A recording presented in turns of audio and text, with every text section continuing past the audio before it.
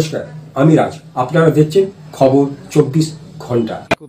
আজকে এখানে একটা বাচ্চা অনেকদিন থেকেই হলো সেবায়ন মুর্মুর বাবার নাম, বাচ্চার বয়স 1 বছর, ভ্যাকসিন নিচ্ছে না দীর্ঘদিন থেকে। তো আমাদের এতে বইয়ের স্যাররা এসেছিলেন এখানে, তারপরে কোনো রেসপন্স না পাওয়ার ফলে আমরা পঞ্চায়েত প্রধান, পঞ্চায়েত মেম্বার এবং বিডিও ম্যাডাম এখানে প্রেজেন্ট ছিলেন। তারপরে ওনার দরজা খোলেননি, তো ওনার বাড়িতে একটা নোটিশ দেওয়া হয়েছে ফার্দার দেখা করার জন্য। অফিসে এসে দেখি কতদূর ফলপ্রসূ হয়। উনি করে যাচ্ছে কোনো সরকারি ভ্যাকসিনই নেন না, কোনো কিছুই নাই না।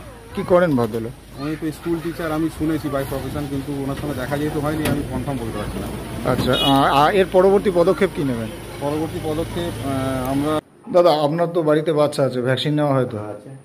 ভ্যাকসিন নেয় বাচ্চারা? হ্যাঁ, বাচ্চারা সব ভ্যাকসিন নেয়। এই যে পাশের বাড়ি দেখলেন, আপনাদেরই প্রতিবেশী, সরকারি দপ্তরের লোক এসেছিল, ভ্যাকসিন নেয় না, কি বলবেন?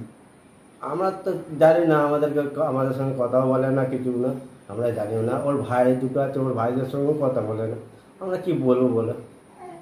কিন্তু এই যে ভ্যাকসিন নেয় না একজন বাচ্চার গার্জেন হিসেবে, এটা কতটা নিরাপদ মনে করেন? অনেকটাই। কি করব, আমরা তো বলতে গেলে তো আমাদের কথা উপর যে লোক আসছে ওদের কথা শুনছে না, আমরা কি বলবো, আমাদের কথা শুনবে না। এটা আগামী দিনের জন্য তো ওর গিয়ে বলতে হবে ওনাদেরকে, সেন্টার দিয়ে লোক আসতে ভ্যাকসিন নেওয়ানোর জন্য আসতে।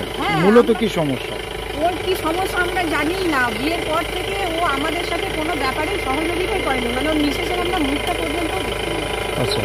এবং বারবার পালস পোলিও সময় মানে এসে বলা হয়েছে, রিকোয়েস্ট করা হয়েছে পালস পোলিও নেবো না, আমার বাচ্চার কোনো ভ্যাকসিনের মানে বাচ্চা যে হয়েছে সেই অ্যানাউন্সমেন্টটাও করেনি, মানে জানিই না আমরা।